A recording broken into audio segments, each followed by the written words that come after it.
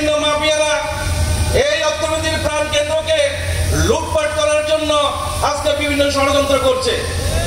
প্রিয় ভাইরা আমার, 2004 সালে চট্টগ্রাম বন্দরের জেনারেল সাপ্লাইয়ের নামে সাইড পাওয়ার টেক নামক একটি প্রতিষ্ঠান চট্টগ্রাম বন্দরে সাপ্লাইয়ের কাজ শুরু করে।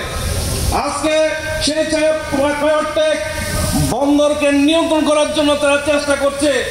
5 আগস্টের পরে আরো দেশি বিদেশি বিভিন্ন লুটেরা এই চট্টগ্রাম বন্দরকে লুটপাট করার জন্য তারা ষড়যন্ত্র করছে।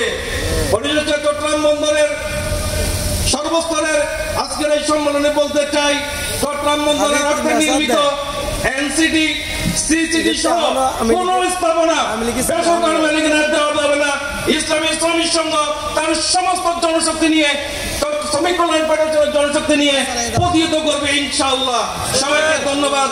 আসসালামু আলাইকুম ওয়া রাহমাতুল্লাহ। ধন্যবাদ। সম্মানিত উপস্থিতি।